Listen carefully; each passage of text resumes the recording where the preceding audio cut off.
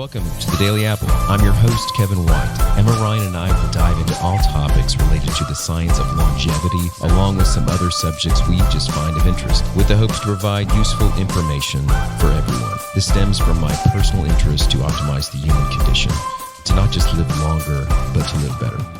Okay. Hey, Matt. How you doing? Doing good, Kevin. How are you? Doing all right? Okay. Well, so today I guess I'm just going to go ahead and introduce you right now. Matt Hangen, CEO of Water4. Things we're going to talk about are not only Water4, which is kind of a cool organization and everything, so we're going to get into that a little bit. And I want to get into talking about your transformation a little bit. And it'll be a teaser because we don't have a lot of time for today, but I just wanted to get into this because you guys have a lot of going on with Water4 and all that. But anybody who knew you 10 years ago, if they see you now, it'll take them a while to recognize you. Yeah, same redneck voice, but different exterior. Yeah.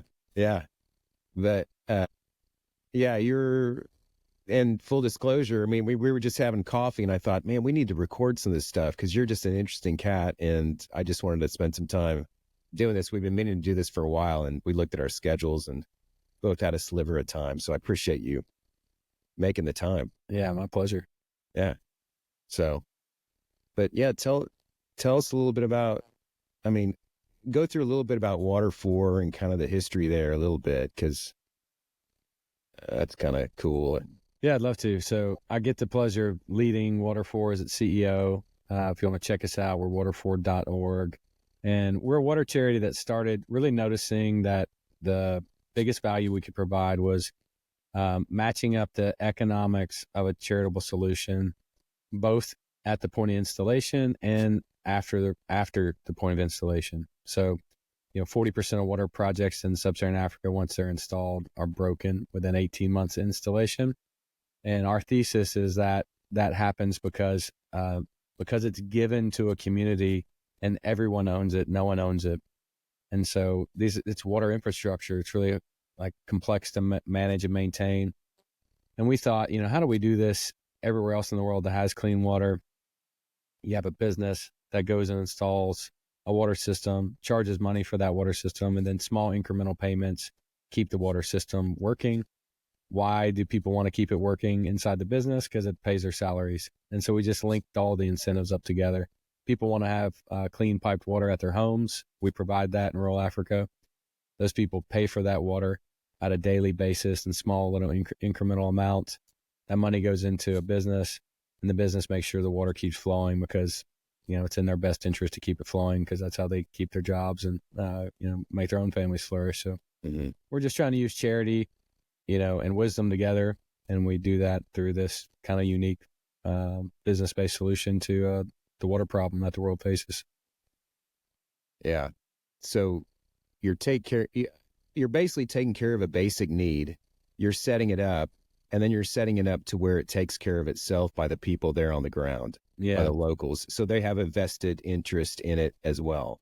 So it helps the business there, it helps their economy locally, but it also obviously gives them clean water, which is dramatic. Yeah, all the money stays in the system, just, keeping up with the water projects that have been installed. And, the skin in the game is such an important part of solving problems that people face. And so people are like, well, these people are earning $2 a day. You're asking them to pay for something, but us asking them to pay for it's actually what drove us to this modern solution of having pipe treated water at their home with prepaid meters. We're using charity as the startup capital to get these things going. And then the nonprofit as the accountability metric to make sure that they keep providing people the thing that was intended by the donation that was given. How long have you, I'm getting ahead of myself. So, because before you were kind of in the beginning of all this, you were putting in wells and doing all that because you're kind of a little bit of a redneck. You have said that yourself. It's official. It doesn't go away during the winter. It stays. Yeah. My wife and I, so just like everyone from a town of 3,000 in rural Alabama, we got married and a year and a half later moved to West Africa. It's just sort of just pretty normal career path for people where I'm from. No one else did that. But we got to West Africa. We were part of a Christian missions team that was there, and we were learning their language and their life and their culture.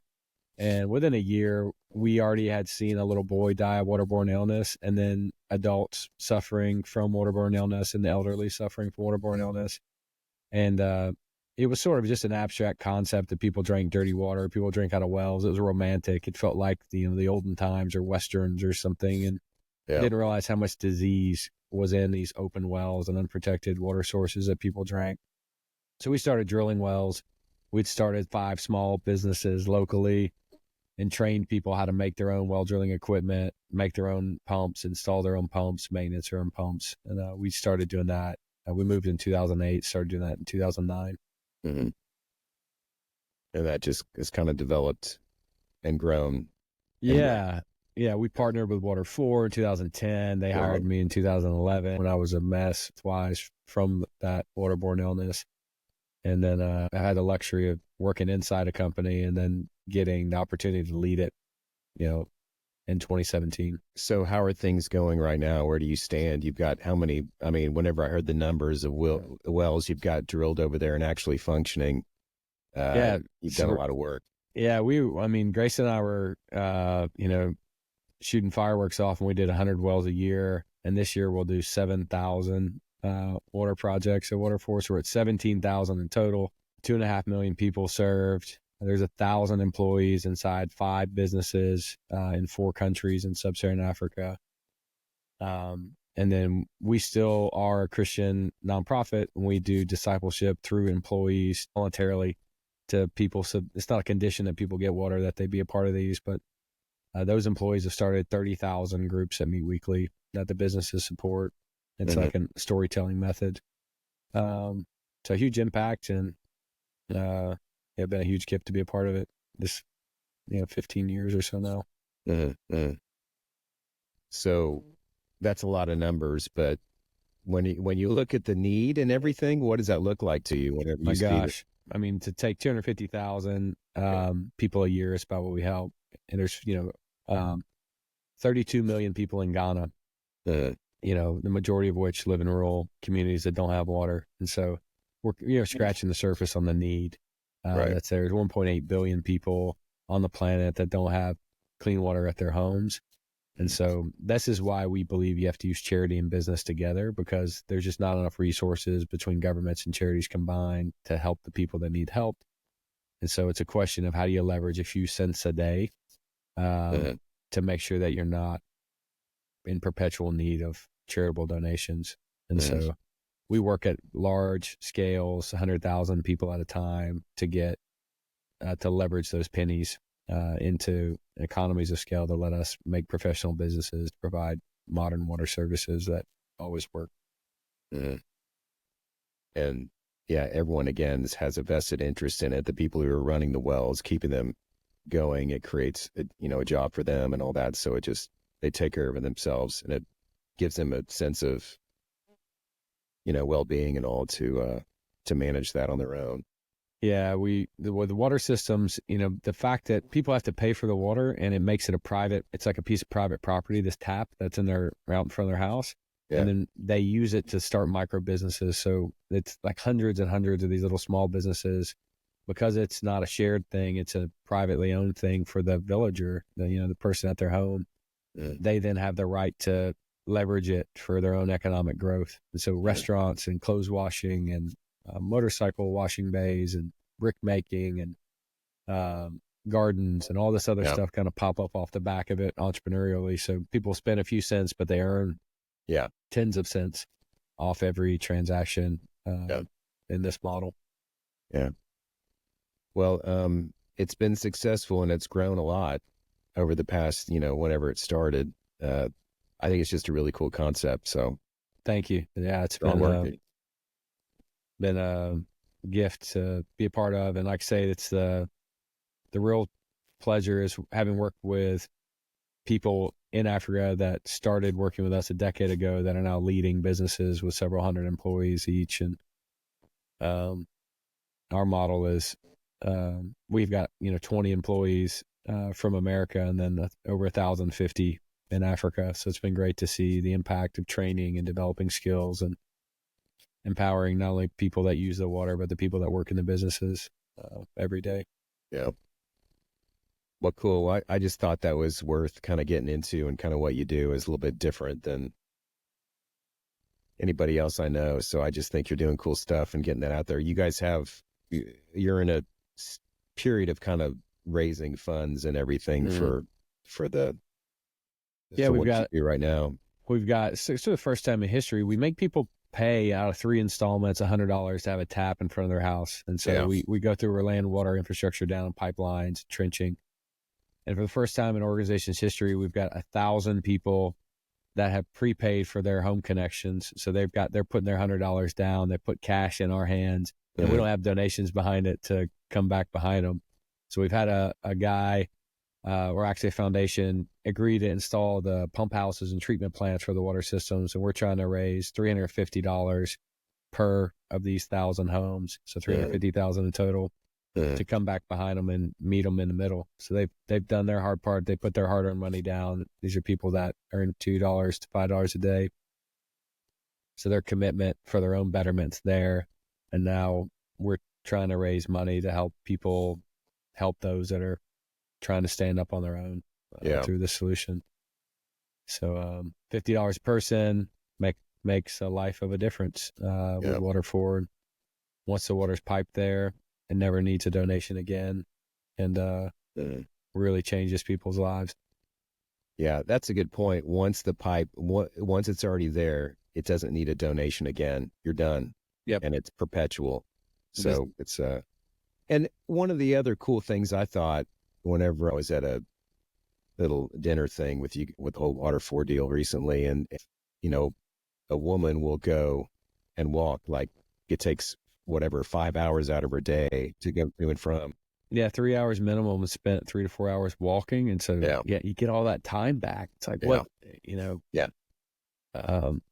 and because they don't have time for leisure, they use that time to earn more money, educate their kids, get a little more protein in their diets, and stuff starts to change rapidly. When you imagine all of us, we had 3 extra hours in the day, just how much more we could do.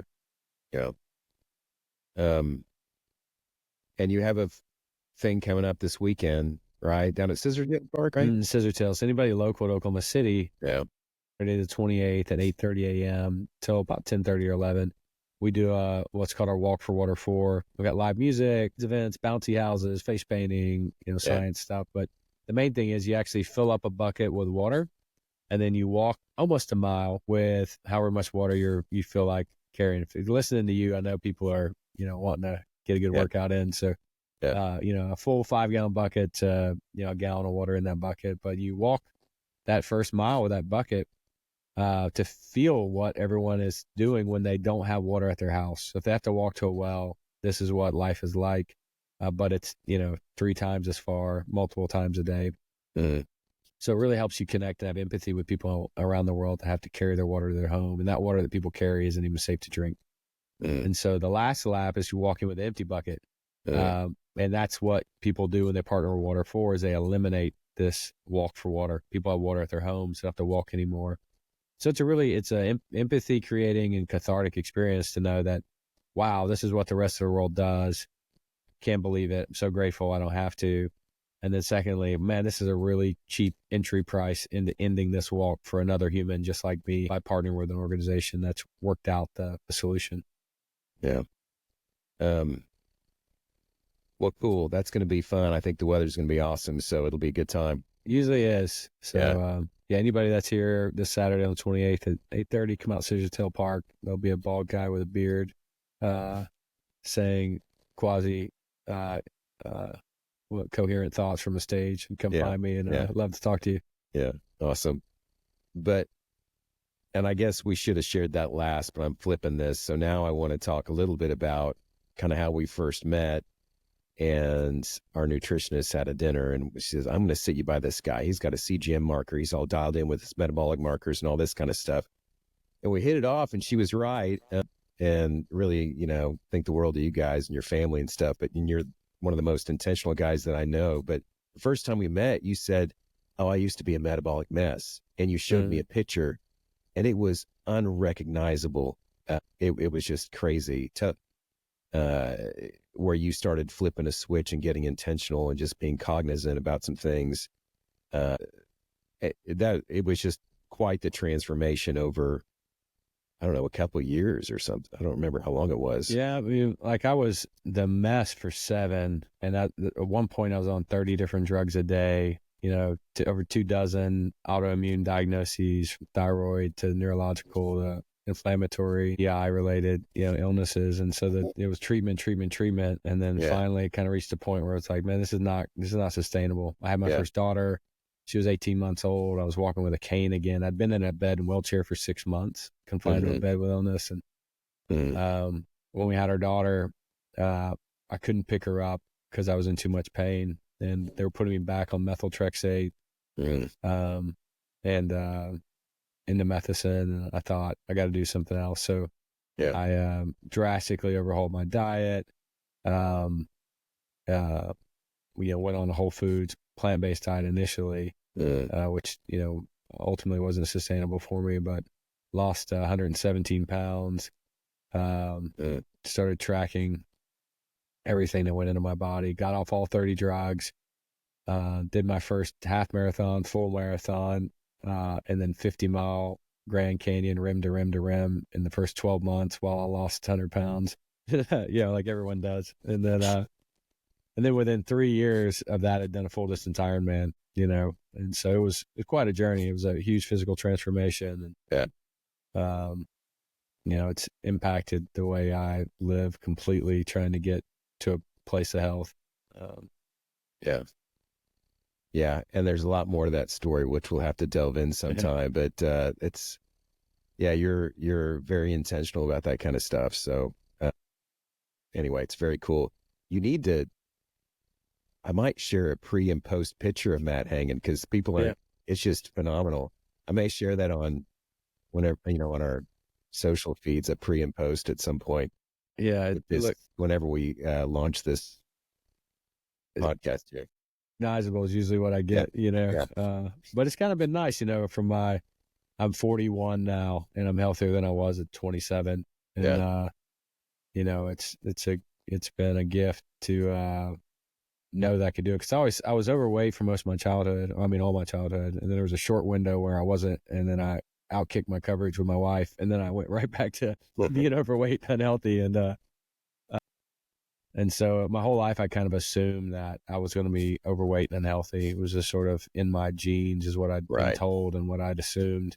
Right. And, realize that there isn't some curse on you that dictates your future. You really can optimize your health and optimize your mental and spiritual state if you are willing to go the distance to get there.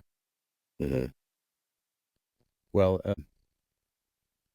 before I let you go, I know you're kind of telling time, but I appreciate you squeezing this out. You've got something you're going to here pretty soon in the next few weeks, and you've done this before.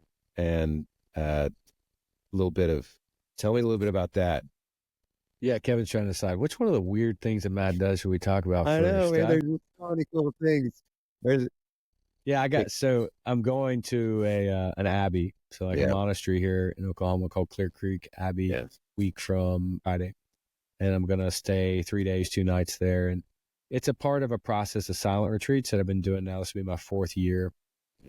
So in 2021, I went and found a yurt in northern New Mexico, up a logging trail, and was able to rent that for a week, and went up and did my first silence retreat, where I hiked into a yurt, snowshoes, pack all my food, books, blankets and stuff, hike up into this yurt that has firewood waiting for you. It has a propane stove. You melt your snow for water. And spent a week in silence and solitude there with my own thoughts, journaled.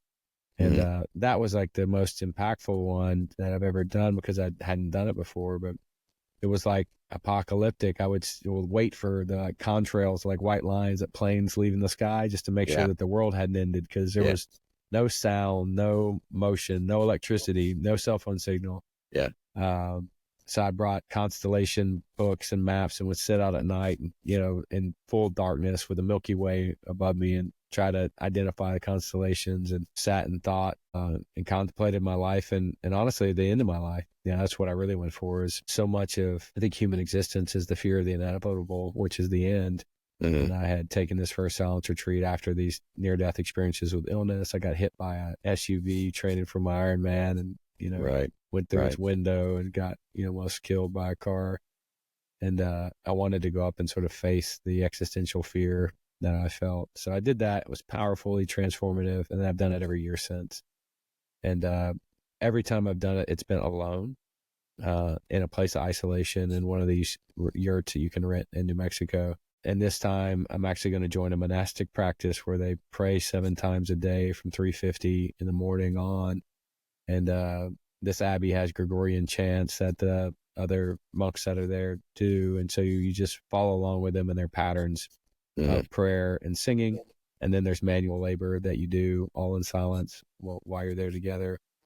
And so kind of going as like, this is new. This is like, going to something. I have no idea what it's going to be like. I have no idea how to speak Latin, and like, I want to show up maybe on a motorcycle and, try to jump into this unknown practice and see, how it could transform me, to submit myself to, the unknown, to silence, and to this, very dramatically different way of life than the life that we lead here in the States. It's not to post on social media, because I don't have social media. It's really the experience of personal transformation that I've gotten from these practices, the way it betters my relationships with others. And, when you're in the yurt for a week, and we talked about that a little bit before, but it really kind of got hard the first time. I mean, second or third day. Tell me a little bit about that. I mean, your mind just starts screaming for, like, I think all the noise that I heard was like, okay, this is long enough, or okay, you've reached your benefit, or what about your family, or you don't know what's happened, like there's all this sort of noise that comes, and it's like the pangs of anxiety is what it really was, because it was right going into the end of day 3 that I started to have breakthroughs of like inner thoughts. And for me, it was things that I'd held on to since I was a small child that I had no awareness of, that began to bubble up. And they didn't bubble up in a fearful way. It was before they bubbled up, reaching that inflection point that was hard. Once I reached the inflection point, actually all the thoughts that I think we're worried about hearing or facing arrive with sweetness, because it's a part of us that's meeting us. We can't be afraid. That which we've carried, I think Seneca says, the one that carries the burden is stronger than the burden. And so the things that we've been carrying our whole life, we're already stronger than, or we wouldn't be where we are today. And so these things begin to sort of emerge in my consciousness and reflection as I journaled. And it was just epiphany after epiphany of, I've been holding on to this, or I've had this view of myself that was from a thing when I was a child. And now that I'm a father, I was a child. Why would I see that, feel that way about myself? And just huge breakthroughs, mainly like forgiveness for myself and for others, that happened in silence. And I think that's what we experience at the end of our lives, in our moments of death. And that's why people who are, passing are so gracious and so peaceful. And I find this sort of voluntarily stepping into that space of silence and contemplation and isolation provokes those same emotions within myself. And I get the benefit of coming back and being fully alive and offering that compassion and insight, to those that are around me. That's a real gift. It's hard for a lot of people, myself included, to wrap your head around doing something like that for a week. Yeah, I've never been one to really think an idea totally through before I did it. It's I read a book called Silence in the Age of Noise by Erling Canning. He went across Antarctica by himself, so on foot. And then Silence is Key by Ryan Holiday. And then all the monastic and mystic traditions of the world are built around this. The Desert Fathers, and See Jesus in the New Testament constantly going off alone into the wilderness. And so there's a long history to bounce off of. And I'd spend time on motorcycles doing cross country trips. So I had time alone, but I never had time alone not moving. And that's the real key to the like sort of your process for me is you lock yourself in a 10-foot circle and then you don't go out hiking every day. You don't go out distracting yourself. The point is actually to do the work. Yeah. While difficult, everything that's good requires a price, it's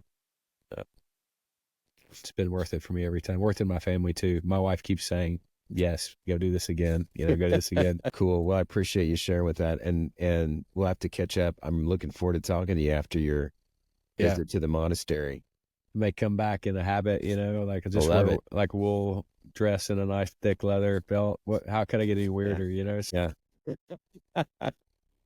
Well, cool, man. You're a stellar human, man. I appreciate it. And yeah, you're doing cool stuff. And I mean, we talk about wellness in this whole thing, but I think that, if you're dialed in physiologically and spiritually, mentally and everything, you're not really doing good stuff, then what's it all really worth? So I think that ties into what you're doing with Water 4, the kind of person you are, the intentionality. And there's so much more layers of you that we're just barely scratching the surface. So we'll have to revisit after you go off to your next retreat anyway. But I appreciate it. Yeah, I appreciate you making the time, dude. And my pleasure. Thanks for keeping me on the road. Kevin's rescued me several times since we met each other. So thanks for coming through for me in a pinch and for the kindness of your words. Yeah. And the thing is, this is the 28th of September, right? Yep. September 28th, 8:30 at Scissortail Park. You can go to water4.org/walk and register or just show up and we'll take care of you. All right. Cool. Well, thanks, brother. I appreciate your time. Appreciate it, Kevin. All right. That's it. Cool.